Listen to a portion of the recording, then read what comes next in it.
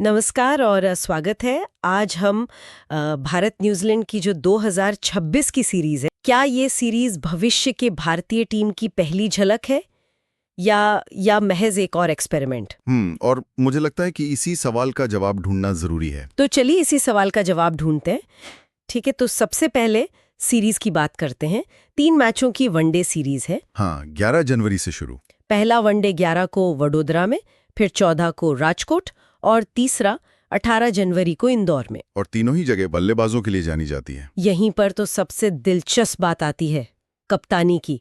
शुभमन गिल, हाँ, उन्हें कप्तान बनाया गया है, पर टीम में विराट कोहली और रोहित शर्मा मतलब दोनों मौजूद हैं। और यही तो सबसे बड़ा सवाल खड़ा करता है।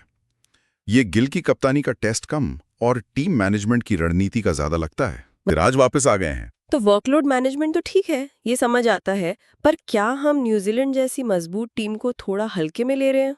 देखिए, ये एक वाजिब सवाल है।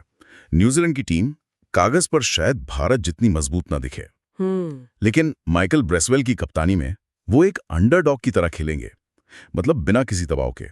और उनके पास डेवॉन कॉनवे और डेरिल मिशेल जैसे खिलाड़ी हैं जो एशियाई पिचों पर बहुत खतरनाक हो सकते हैं। बिल्कुल। और कभी-कभी यही टीमें सबसे ज्यादा नुकसान पहुंचाती हैं। सही बात है। और अगर हम ऐतिहासिक रूप से देखें तो क्या लगता है? देखिए, आंकड़े तो भारत के पक्ष में हैं। करीब 120 वनडे हुए हैं दोनों के बीच। और भारत ने लगभग 62 जीते हैं, जहां तक मुझे याद है। हाँ, तो पल्ला तो भारी है। और हमें 2025 चैंपियंस ट्रॉफी का फाइनल भी नहीं भूलना चाहिए। हाँ, वो जीत एक मानसिक बढ़त तो देती है। मनोवैज्ञानिक भड़क तो है, इसमें कोई शक नहीं।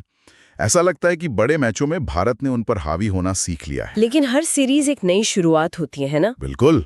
ब्रेसवेल की टीम के पास खोने के लिए कुछ नहीं है, वो खुलकर खेलेंगे। तो असल में ये मुकाबला भारत की बल्लेबाजी की गहराई और न्यूजीलैंड के वो अनुशासित गेंदबाजी के बीच होगा। तो कुल मिलाकर ये सीरीज सिर्फ जीत हार से कहीं ज्यादा है। हाँ, ये भविष्य के भारतीय क्रिकेट का एक लिटमस टेस्ट है। अच्छा, असल में ये सीरीज 2 सवालों के जवाब देगी। पहला, क्या शुभमन गिल दबाव में कप्तानी करने के लिए तैयार हैं? और दूसरा, क्या भारत अनुभव और युवा जोश के बीच सही तालमेल बिठा पाया है? यहाँ एक आखिरी सवाल मेरे मन में आ रहा है।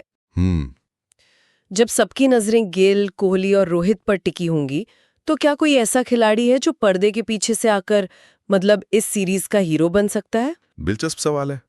जैसे शायद श्रेयस अय्यर, जो अपनी फिटनेस और जगह पक्की करने के लिए बेताब होंगे, या फिर न्यूजीलैंड के काइल जेमीसन, जिनकी लंबाई और उछाल इन सपाट पिचों पर तुरुप का इक्का साबित हो सकती है।